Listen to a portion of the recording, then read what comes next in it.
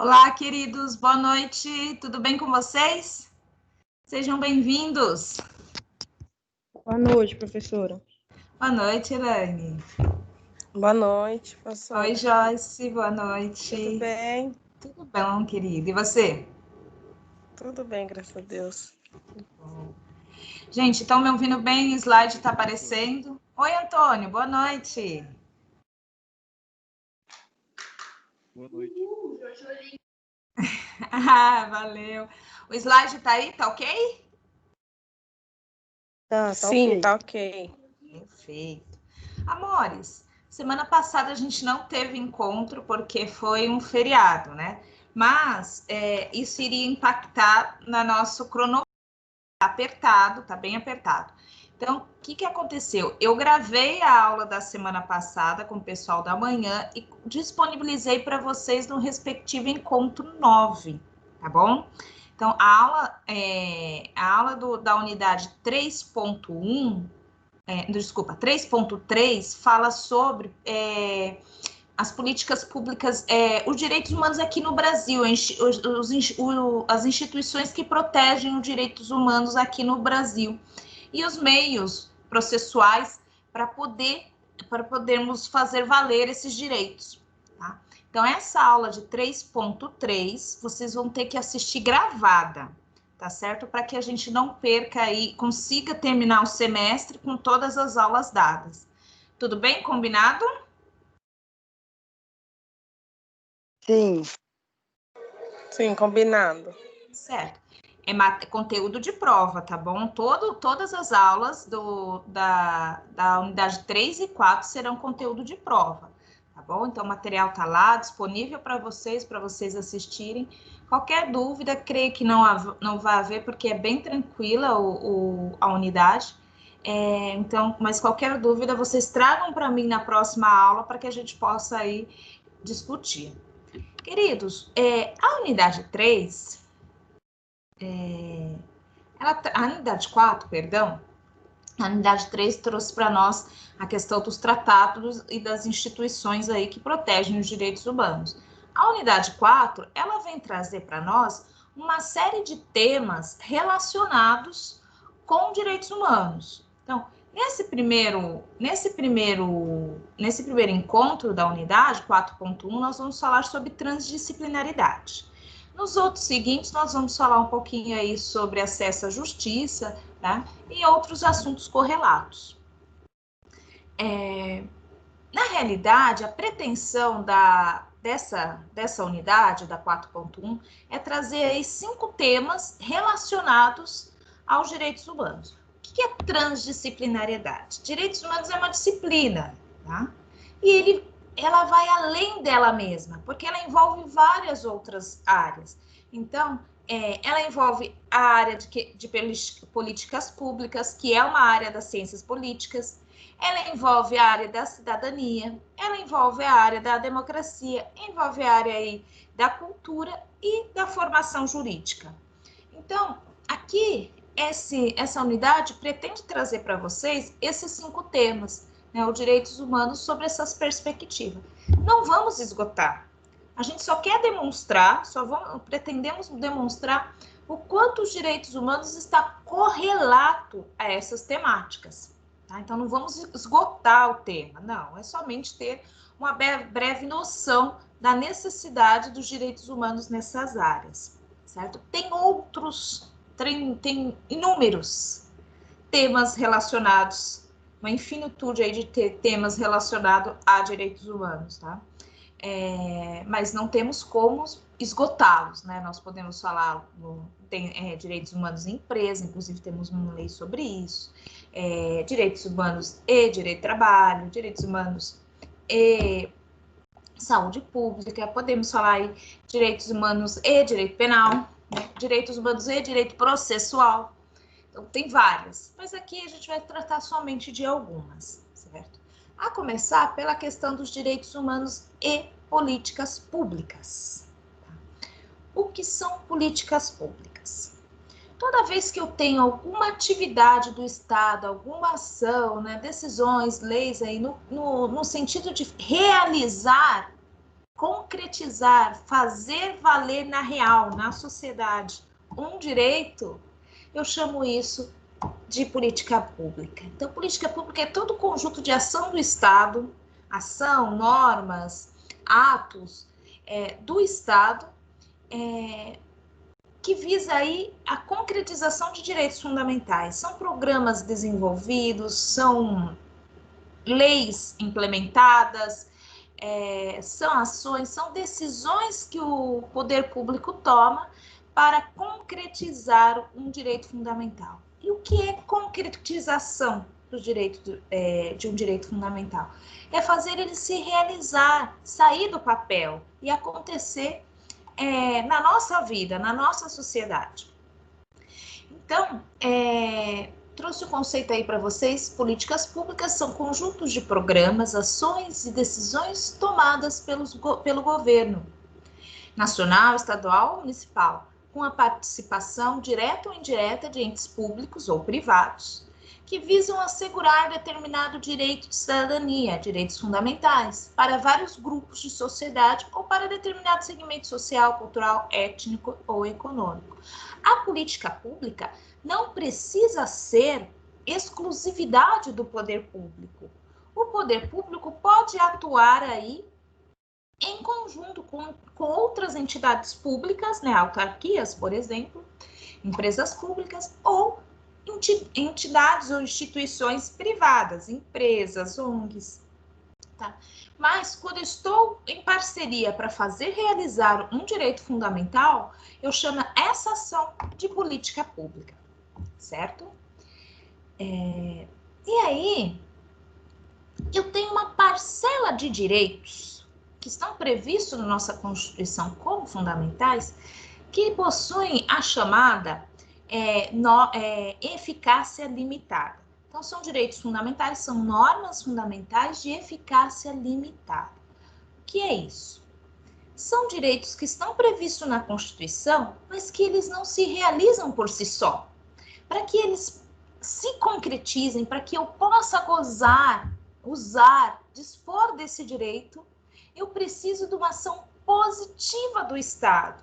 Ou seja, eu preciso que o Estado faça algo para que eu possa realmente usufruir desse direito. Esse algo a fazer são as políticas públicas. Então, políticas públicas é uma característica inerente aos direitos aí sociais, né? Essas normas de eficácia limitada, né? Todo direito social é uma norma de eficácia limitada, né? Que necessita da atuação do Estado, ação positiva, direito positivo, para fazer acontecer esse direito. E essa ação se dá por meio das políticas públicas.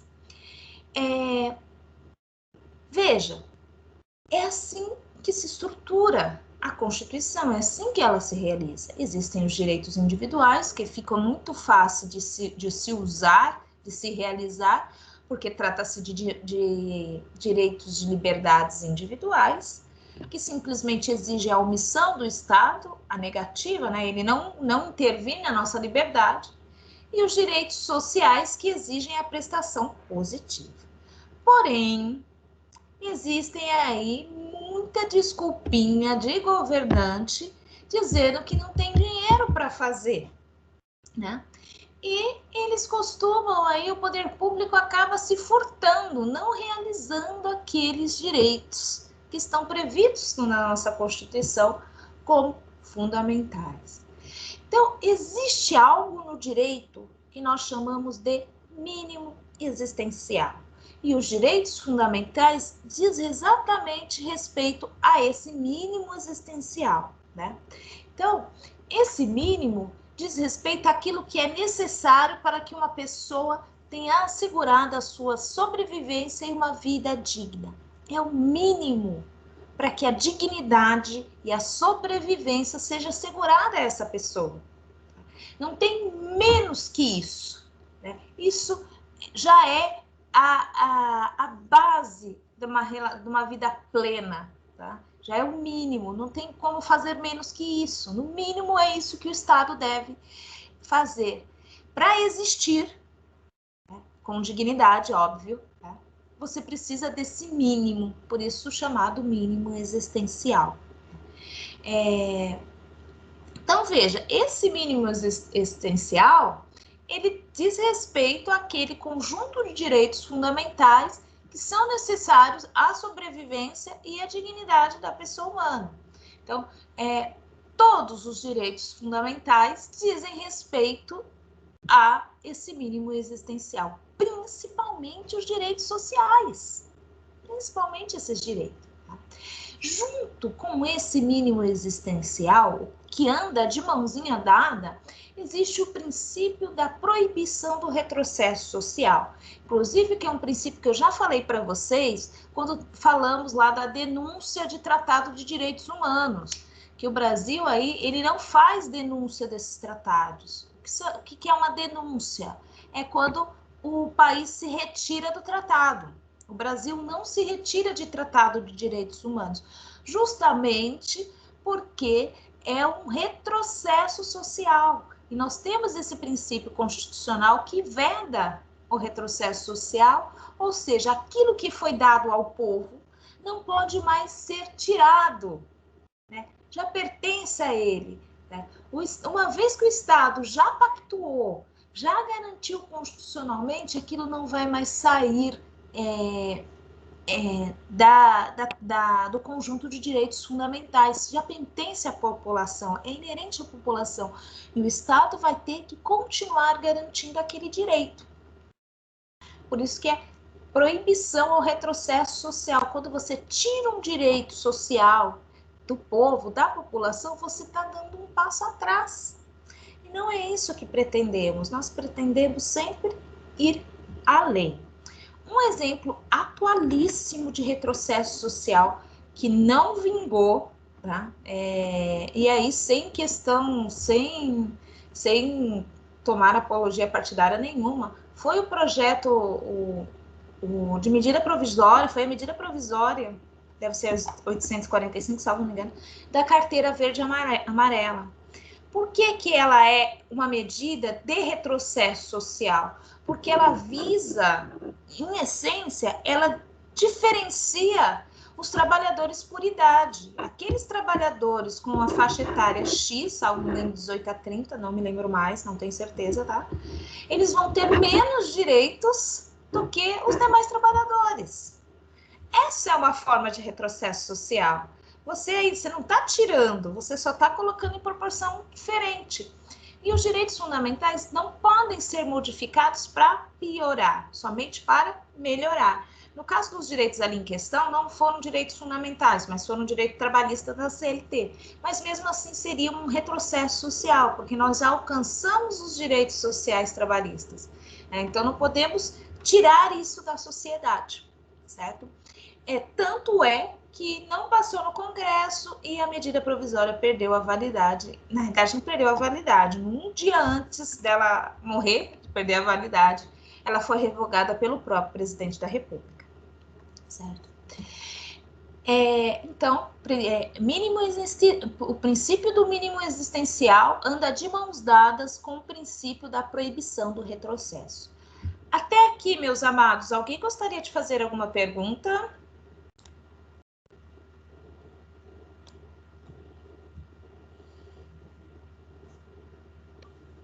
Não, professora.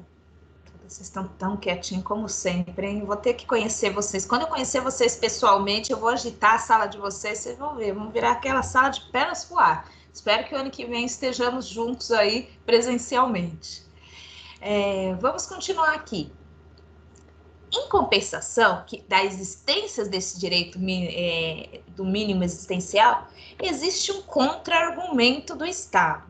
Então, toda vez que você ingressa com uma ação, né, contra um ente público, União, Estado, município ou Distrito Federal, requerendo um direito social e alegando o mínimo existencial, é batata. Eu já comentei aqui para vocês que a contra-argumentação do procurador vai ser que não tem dinheiro, ou seja, que fere, né, a reserva do possível, né? que deveria ser aplicada ao princípio da reserva do possível, que consiste exatamente na limitação, né, da realização de um dever por parte do Estado, principalmente com relação a direitos sociais, em virtude de falta de dinheiro. Então, basicamente é isso. A defesa dos procuradores, né, ao ser questionado sobre um determinado direito fundamental em si, é que não tem dinheiro para a sua realização. Né? É a reserva do possível. Esse princípio da reserva do possível foi desenvolvido pela Suprema Corte alemã. Né? Olha as circunstâncias que ele foi criado. Também já comentei isso com vocês, né? Na corte alemã, um grupo de estudantes, de candidatos a estudantes de medicina, queriam ter um direito assegurado. O direito previsto estava no artigo 12, era um direito fundamental de livre escolha profissional. Mas para eles terem livre escolha profissional, eles precisavam que o Estado garantisse as vagas suficientes na universidade, para que eles possam conseguir exercer a função. Tá? E que ao estabelecer número de vagas, não estaria dando a todos a garantia de livre escolha de profissão. A Suprema Corte decidiu aí, criando a teoria da reserva do possível, dizendo assim que, com relação àquele direito, né, aquela quantidade de vagas era o mínimo que era possível fazer em virtude da reserva do possível. Então, só havia dinheiro em caixa, tá, dentro daquelas vagas. O Estado só conseguia custear aquele número de vagas. Tá? Então, em virtude do alcance aí do nível superior ser por meritocracia, isso não estaria ferindo o direito de livre escolha de profissão, porque há outros meios aí de galgar o exercício desse direito, certo? Então, quando o Estado estipula vagas para a universidade, ele não está segregando, ele não está dividindo, não. O que ele está fazendo é garantindo o acesso ao nível superior de educação dentro dos seus limites financeiros, ou seja, dentro das suas possibilidades financeiras. Por isso, o princípio da reserva do possível. Então, de acordo com essa noção de reserva do possível, a efetividade dos direitos sociais, as prestações materiais, estaria sob a reserva da capacidade financeira do Estado. Então, a prestação de um direito social iria até o limite do que ele poderia prestar efetivamente, certo? Desde que não afetasse o conteúdo mínimo desses direitos. Então, vamos lá, em nível de educação. Eu tenho educação básica, né, infantil, depois eu tenho educação básica, infantil, fundamental e ensino médio. Essa educação da parte de infância da criança, ela é obrigação, dentro do nosso ordenamento jurídico brasileiro, ela é obrigação do Estado, certo? Porque é o mínimo necessário para a formação e desenvolvimento da personalidade da criança, até que complete aí sua maioridade. A partir da maioridade, aí o Estado vai ter a limitação dessa educação dentro da possibilidade sua financeira. Por isso que ele limita a quantidade de vagas, porque já não é um direito, o mínimo ele já garantiu que foi a educação até o ensino médio.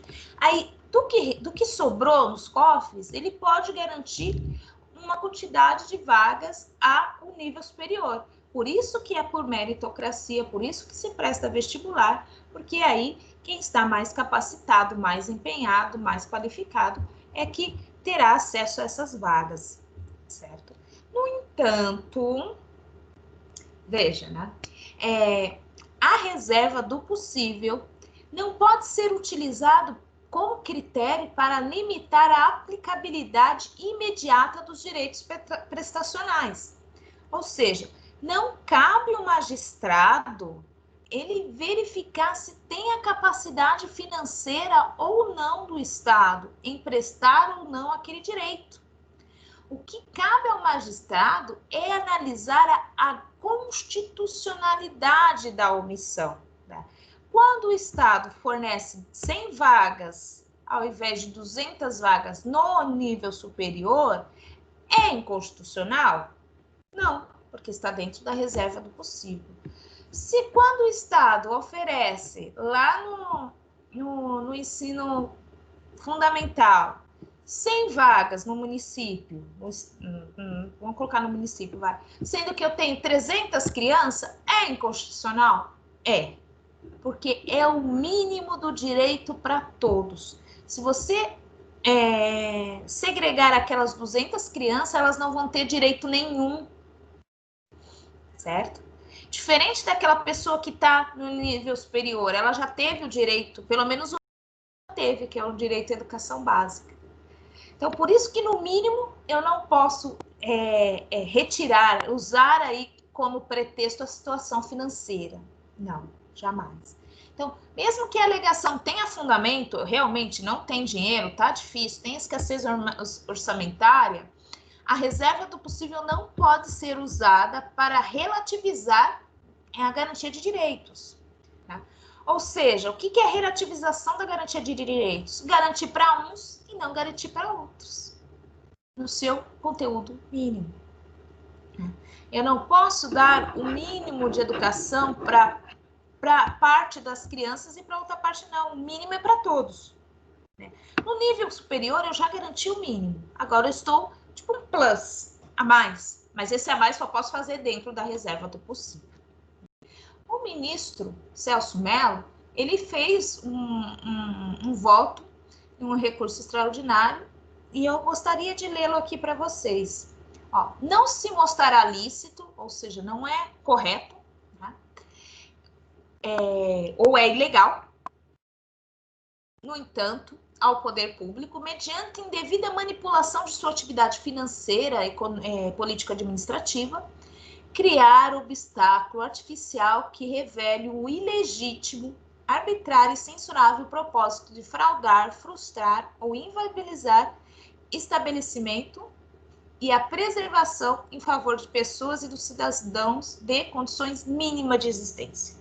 Então, só para traduzir em miúdos o que ele falou, é ilegal, né, o Estado valer da desculpa que não tem dinheiro para criar um obstáculo para realizar um direito mínimo do cidadão, né, condição mínima de existência do cidadão.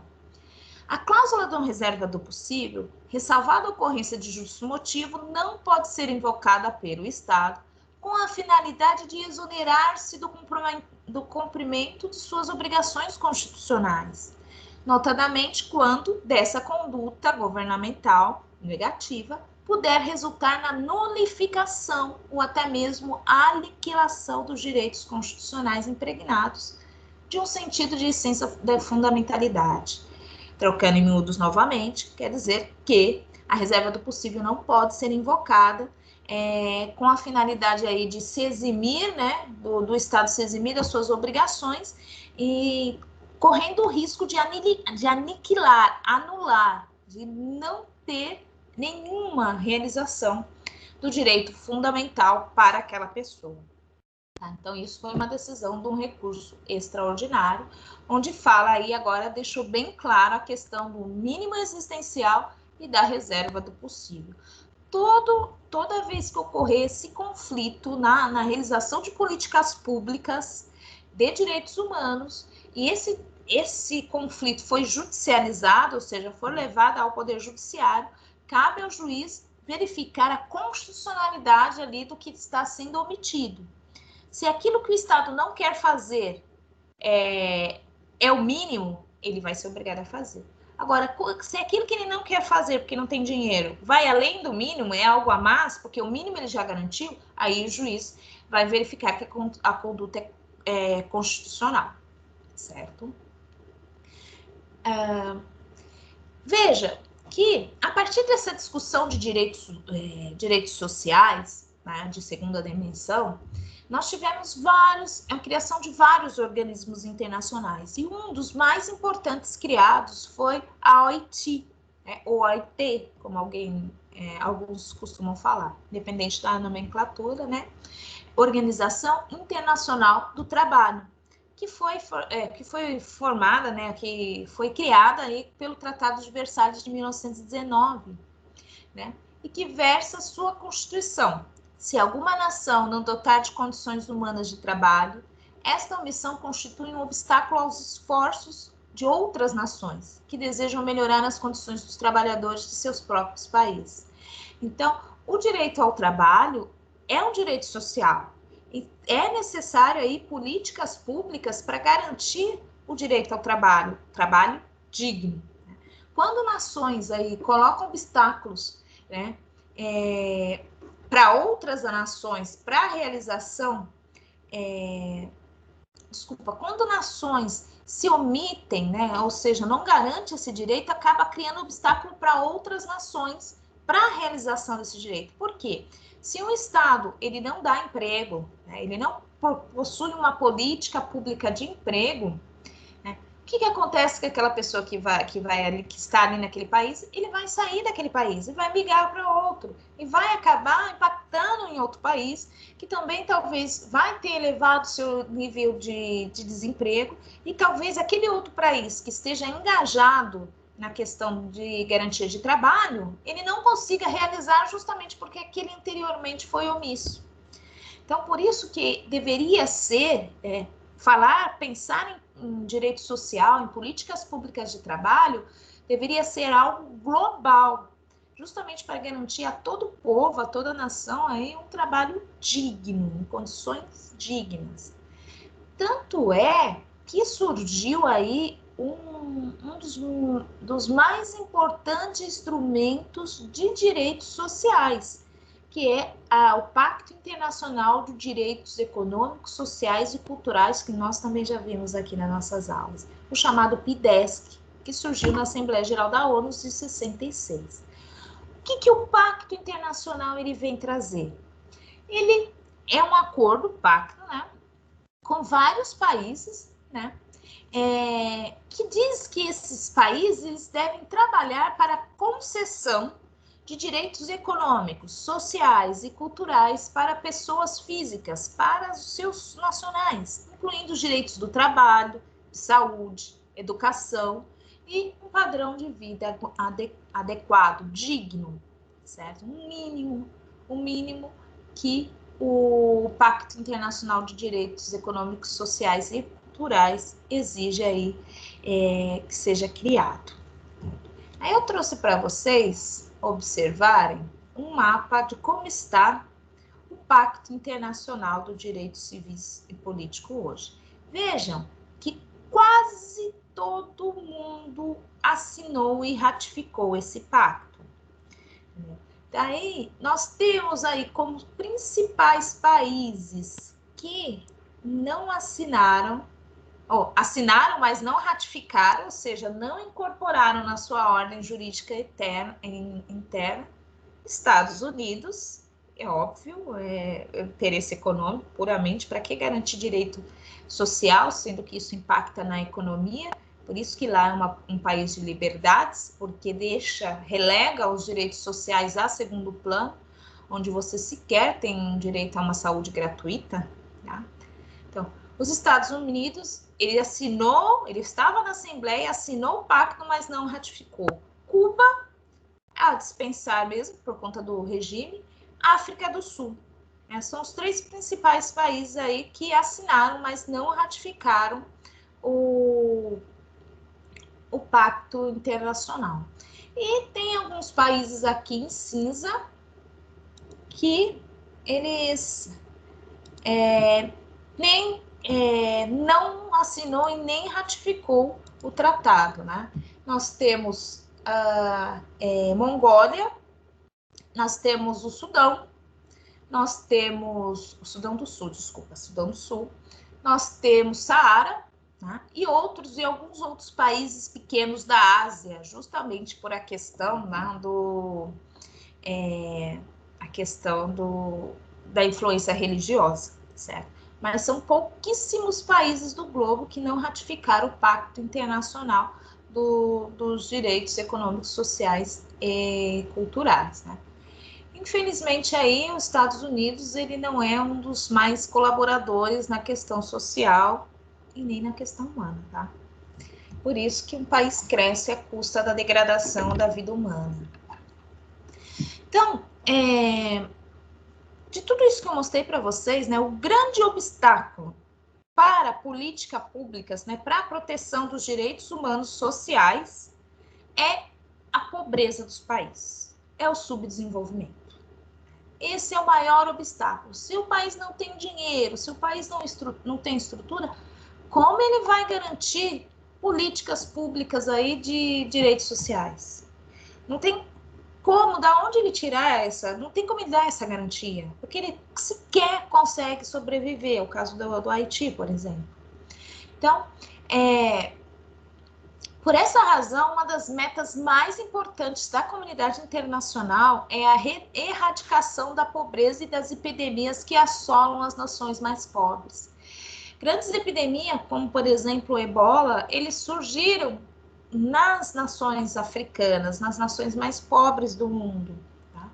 E há uma dificuldade cultural de controlar epidemias nesses locais, justamente por conta da influência religiosa, tá?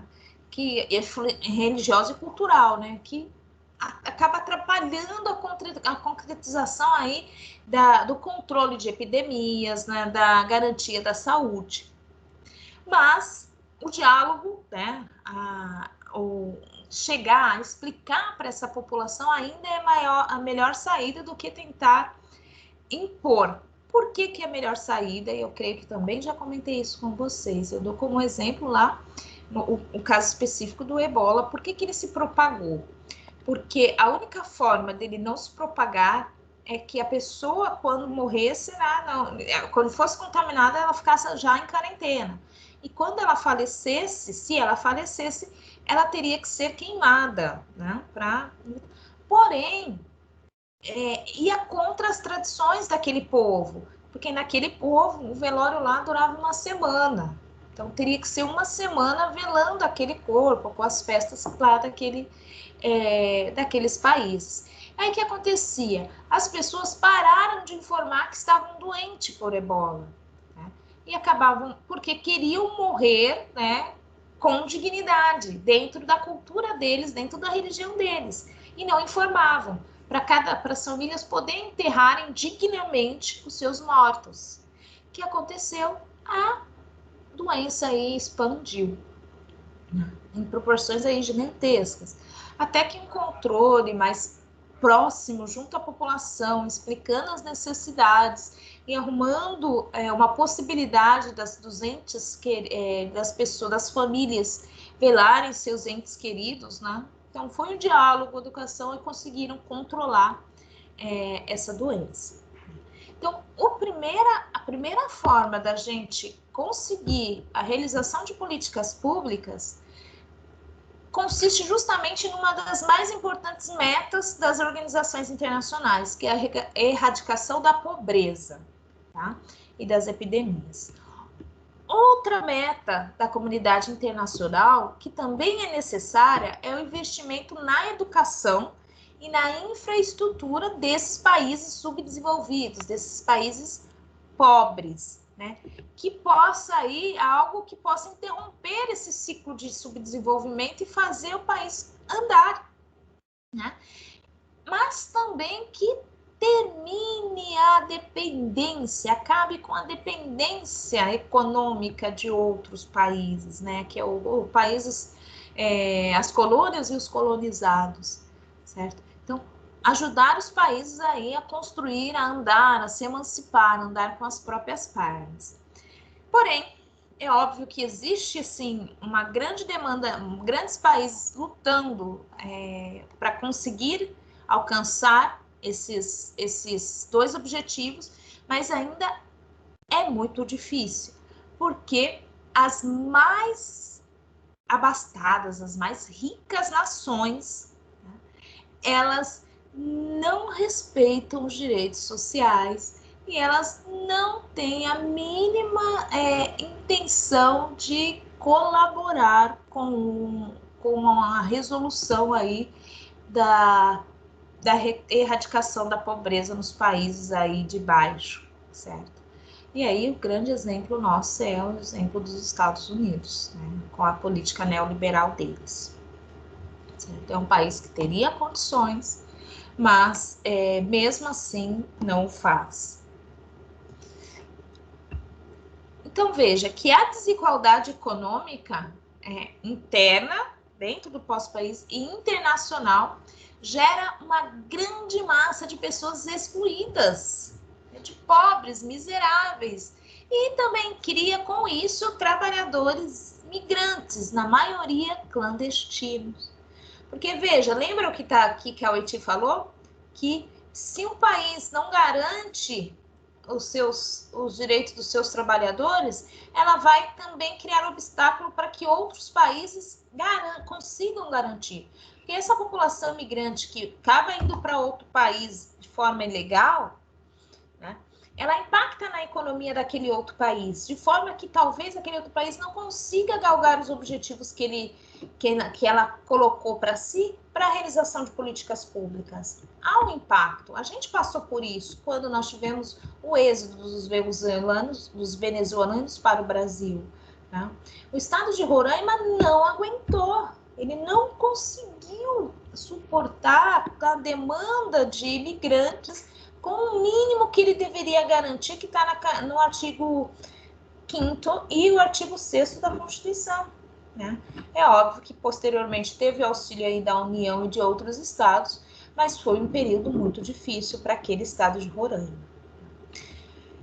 No entanto, né, a competição econômica entre estados, nações, né, e multinacionais, grandes corporações, gera também aberrações sociais. Então, além da pobreza, eu tenho a questão das multinacionais que geram aí problemas, grandes problemas sociais. Por exemplo, exploração de trabalho infantil. O que nós vimos lá no Nordeste, nas carvoarias, nas empresas lá. Me fugiu o nome agora, que faz telha. Me fugiu o nome. Depois, se alguém lembrar o nome, por favor, me fala, né? Fabrica tijolos, não? Olarias, salvo me engano, né? As olarias. E lá se vale de mão de obra infantil. E a mãe e o pai não têm o que fazer, precisa mandar a criança, Olaria. porque... olaria, lembrei depois. Não tem o que fazer, porque precisa do dinheiro daquela criança para conseguir sustentar, porque às vezes tem mais 4 pequenininhos que não conseguem fazer nada em casa. Tá? Então os pais acabam mandando. Então há essa exploração infantil. Há o trabalho escravo, análogo a escravo, né? Principalmente em fazendas ou em grandes centros, formado aí por trabalhadores migrantes clandestinos, né, que vivem em condições análogas a trabalho, sem as mínimas condições de higiene, de segurança, de saúde. Tá? E o famoso dump social, né? Que o dump social é justamente o deslocamento das empresas para países onde a mão de obra é mais barata.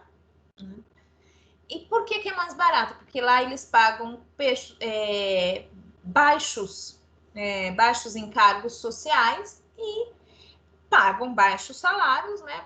Tem baixos encargos sociais e aí tudo resulta na supressão de direitos fundamentais. Então, o dumping social é justamente essa exploração das grandes empresas, da mão de obra barata de países aí subdesenvolvidos, justamente com essa promessa de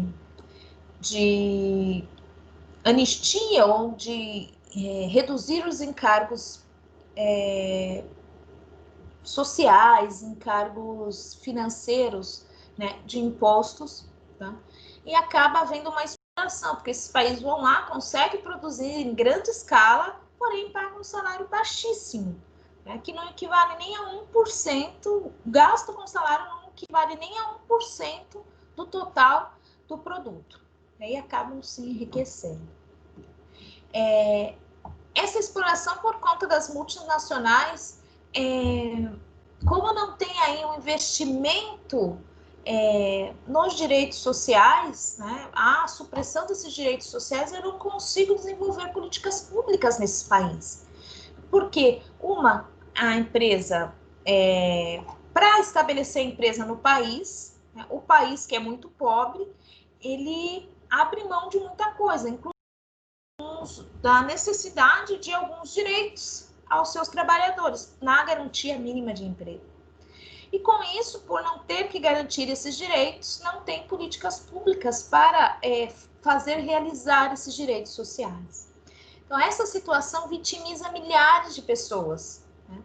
Onde a oferta do trabalho está atrelada à necessidade de sobrevivência. Não é nem de dignidade. Nesses países, as pessoas não querem. A esperança é tão ínfima, tão pequena, que o que se quer é somente sobreviver. Não precisa nem ser de uma forma digna.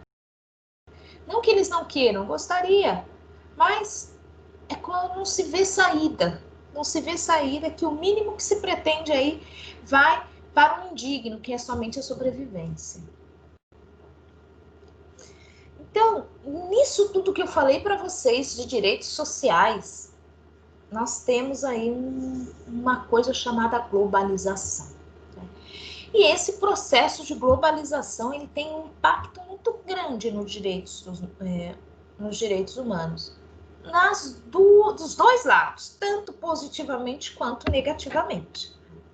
Então, veja, com a globalização, que é esse mundo todo interligado, interconectado, esse mundo instantâneo, onde as coisas acontecem do outro lado do mundo e imediatamente já se sabe, acontece no Oriente, imediatamente já se sabe no Ocidente. Tá?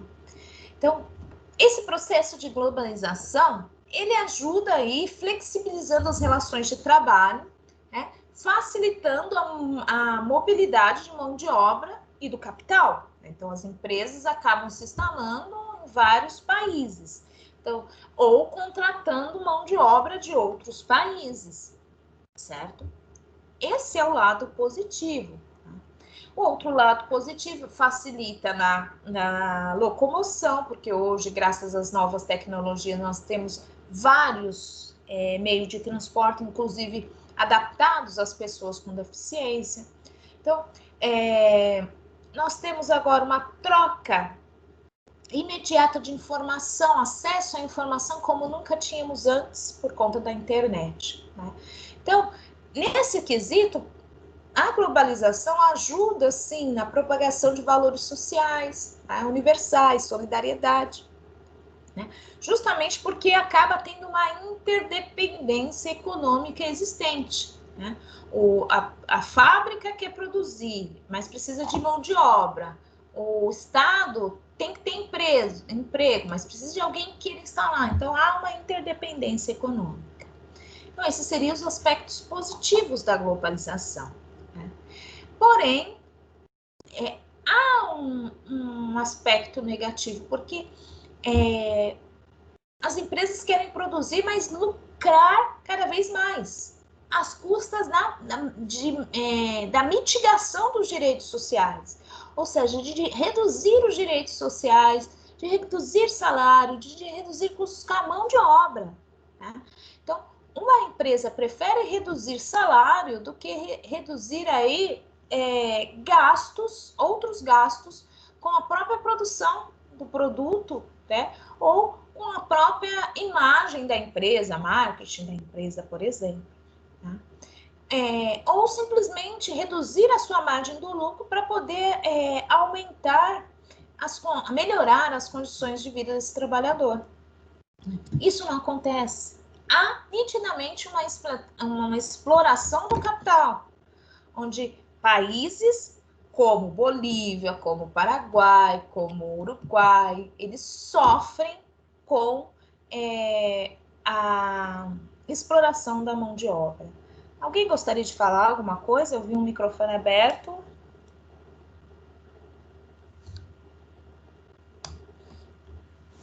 Não?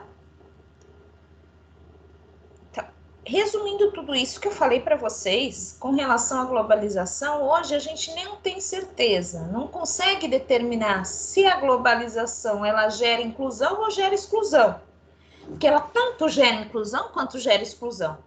Mas uma coisa dá para ter certeza, tá? Que de todas essas desigualdades, né, pode até haver uma inclusão econômica, ou seja, dar um trabalho. Porém, exclusão econômica não quer dizer que está bem de grana, não, quer dizer que tem um trabalho. Porém, ela gera uma exclusão social. Toda desigualdade vai gerar uma exclusão social. Então, desigualar pode até garantir uma inclusão econômica, ou seja, a empresa dar emprego. Aí eu tenho uma desigualdade entre o dono dos meios de produção e o proletariado. Porém, ao garantir esse emprego, né, essa inclusão econômica, eu excluo socialmente, porque eu marginalizo, as grandes empresas marginalizam, colocam aí os trabalhadores à mercê de condições indignas de trabalho. Tá? Isso é muito mais fácil da gente ver globalmente. Tá? Nós vivemos uma realidade que nosso mundinho de capital, para nós pode até ser cômodo, não para todos. Pode ter algumas pessoas aqui nessa turma que podem estar em situações de trabalho que não dizem, que não condizem à realidade aí constitucional. Né? Mas no nosso globo tem muita desigualdade mesmo, muita exploração dos países desenvolvidos com relação aos subdesenvolvidos. Então, o grande desafio hoje dos direitos humanos é preservar os direitos sociais diante justamente dessas empresas, desses países que vêm para explorar os pequenos países, os países subdesenvolvidos. Vai lá, olha, as empresas chegam, foi o caso do Peru, se instalam, arranca todas as reservas naturais daquele país, né? E se instalam como? Como o país consegue atraí-los para lá? Justamente baixando aí os impostos, os encargos sociais. Aí a mão de obra barata porque não tem emprego, paga um salário ruim, tira todas as riquezas naturais, então explora, né, o meio ambiente daquele país, explora os trabalhadores e nesse processo, né, não está preocupado em garantir aí essa extração dos recursos naturais de forma a preservar o meio ambiente. Então, eu tenho dois problemas. Eu tenho uma exploração econômica do trabalhador, que tem lá os seus direitos sociais reduzidos e um baixo emprego. Eu tenho uma exploração do meio ambiente, em que um minério é extraído sem o mínimo cuidado de preservação aí, por exemplo, dos lençóis freáticos, certo? Então, há um duplo impacto quando eu tenho a exploração de empresas multinacionais. Tal ação, porém, passa pela necessidade de estabelecer uma distribuição. Então, como eu vou fazer para garantir, para preservar direitos sociais, né? Uma das soluções seria a distribuição de renda mais justa, ou seja, o dono do meio de produção está disposto, as grandes empresas, né, está disposto a receber um pouquinho menos do lucro, não vai perder, não vai ficar mais pobre, só não vai enriquecer mais, mas não vai ficar mais pobre, né? Então, reduzir um pouquinho da sua margem de lucro para dessa forma conseguir aumentar um pouquinho o salário. Isso é uma distribuição justa de renda. Tá? Não é simplesmente pegar o total do que foi produzido, dividir entre todos. Não é dessa forma que funciona uma política de distribuição de renda. Tá? Ela vai muito além disso. Tá? Então, uma distribuição justa e pela denúncia dos sistemas que perpetuam a pobreza e a exploração do ser humano. Ou seja, haver aí cada vez mais denúncias. Nós já vimos várias empresas aí, como a Zara, grandes empresas aí sendo condenadas por trabalho escravo, né? E essas denúncias são importantes para que a gente consiga fazer a realização dos direitos sociais, né? Transformando aí regiões debilitadas do globo por meio de uma economia mais solidária, mais humana, mais sustentável. Então, denunciar grandes multinacionais, quando elas estão aí violando direitos humanos, é uma das formas de conseguirmos aí um mundo, né, um pouquinho melhor, né, um mundo mais solidário, um mundo mais sustentável do ponto de vista do meio ambiente, econômico e do meio ambiente, certo? Alguém gostaria de fazer alguma pergunta até aqui sobre política pública? O conceito ficou tranquilo?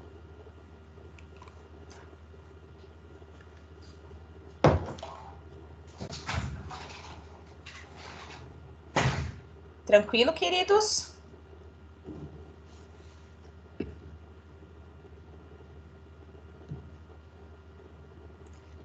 Tá, eu vou mudar de assunto agora e a gente vai falar de um outro tema, porque o que nós queremos hoje é a transdisciplinariedade, tá certo? Então, nós falamos da relação de direitos humanos e políticas públicas. Antônio, pois não? Então, o que eu percebo é que não acontece só nos países pequenos, né, a exploração. Por exemplo, no Brasil, os caras exploravam muito. Não acontece só aqui. Tem o exemplo da China, né, que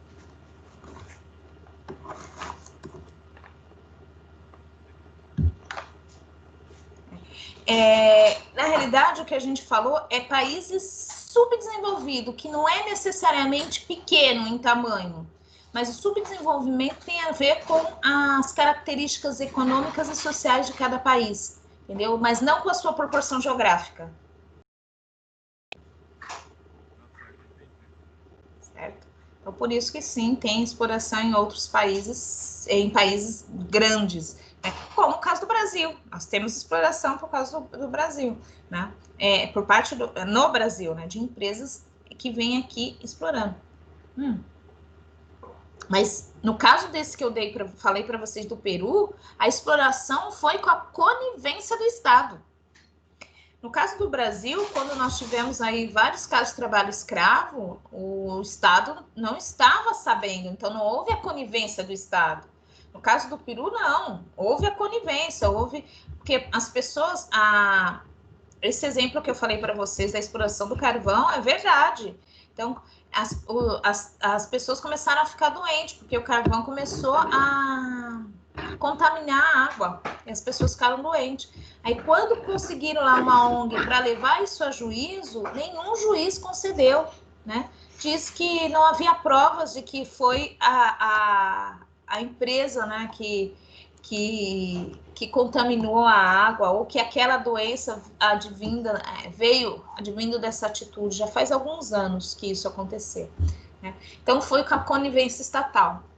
E que aí é muito mais difícil, quando o próprio Estado, ele atua de forma a passar a mão na cabeça dessas multinacionais, justamente para poder garantir aí só o emprego, né? Então, vamos lá. Bruno, queria falar alguma coisa?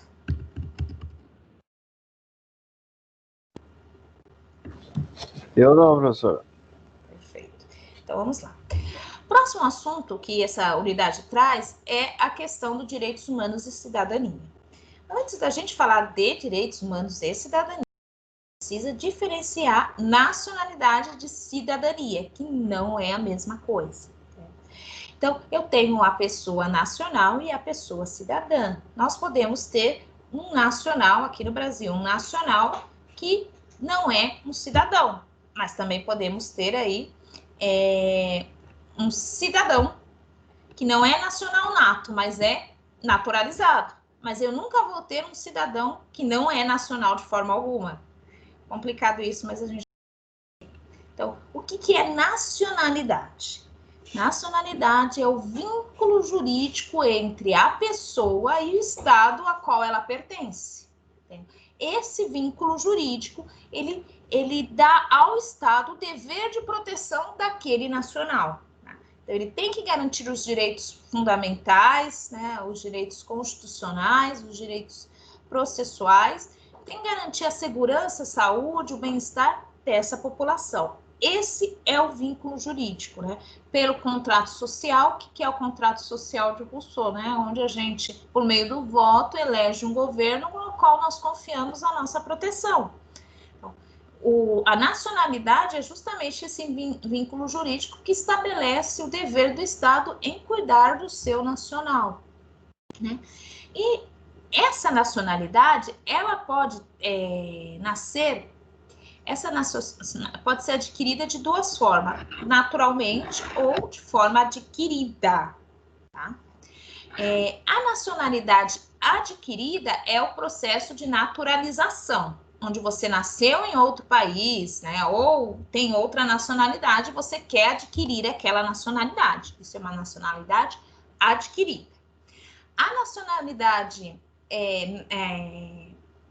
adquirida de forma natural, né, ou originária, é aquela que vem ou em virtude do sangue ou em virtude do solo.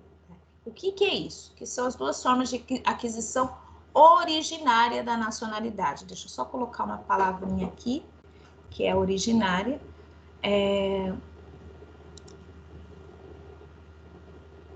Aquisição originária. Nacionalidade. Deixa eu só corrigir o slide.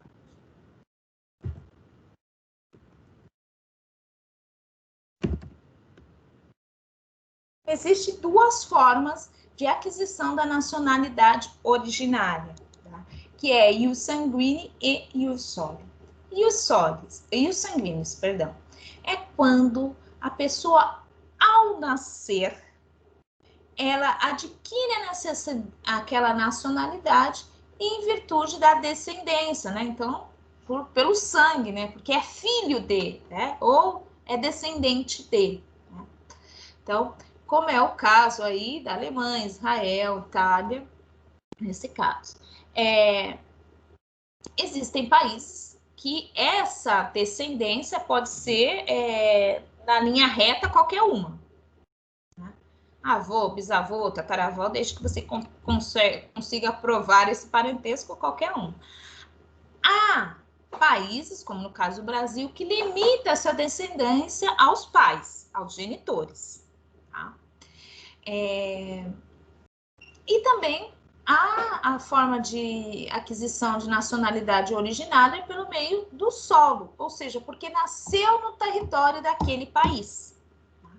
Que é o caso dos Estados Unidos, Canadá, Argentina. O Brasil, ele adota o regime misto. Então, tanto é nacional aquele que nasceu de pais brasileiros, somente de pais, então eu não tenho toda a linha reta, tem que ser pai, só os genitores, né? Também é nacional aquele que nasceu em território brasileiro, certo?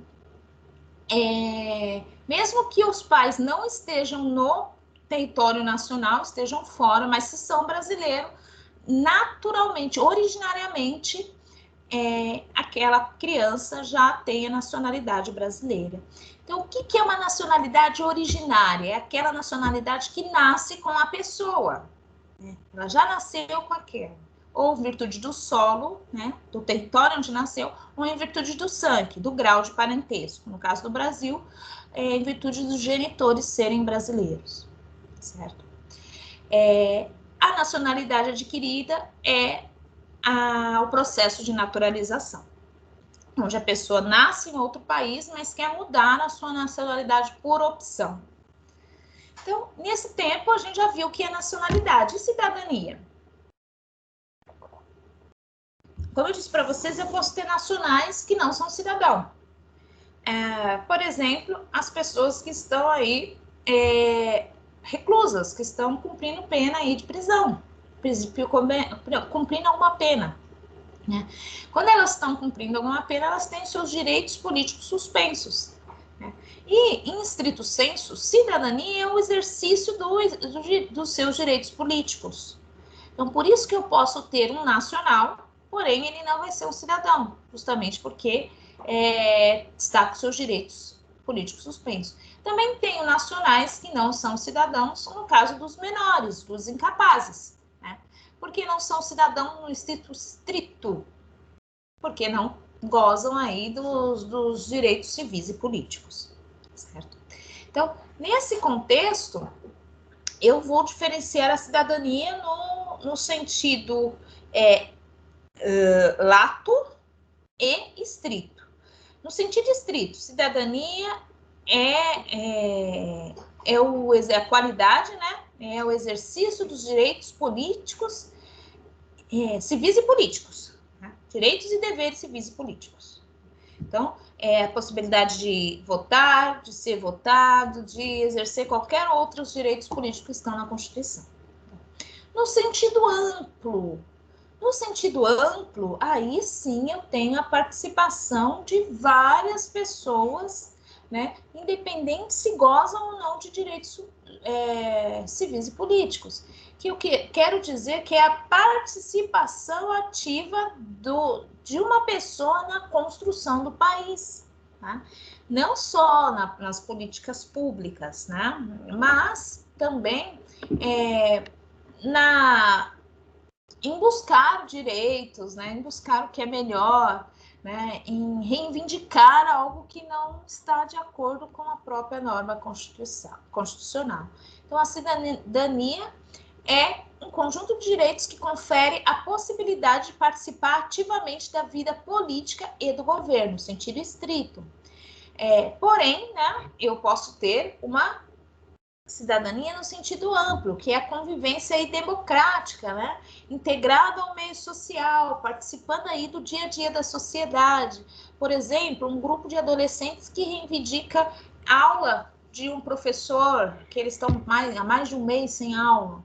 Né? Eles podem fazer isso, e quando eles estão agindo dessa forma, eles estão tendo uma participação cidadã, justamente porque estão reivindicando aí uma melhoria no seu sistema de ensino, certo? Então, a cidadania compreende o exercício de direitos e deveres fundamentais que lhes permite existir, desenvolver-se e participar plenamente da vida. Então, é a participação do indivíduo nas decisões, nas questões políticas do Estado. Existem diversas formas de participação, o voto é uma delas, mas existem outras, como a ação popular, que está na aula que eu gravei para vocês, tá? Depois vocês veem, tá?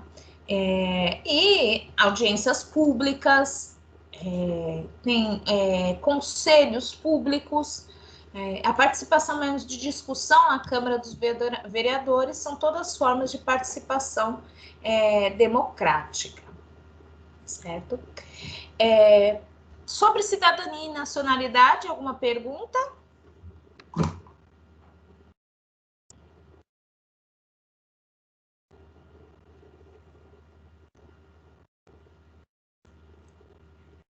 Então tá, queridos, vamos fazer uma pausa, vamos tomar um cafezinho e a gente volta às 21h15, tá bom? Então a gente volta já já, tá certo? Até já! Estão me ouvindo? Até já! Professora. Sim, até já. Tá bom. Até.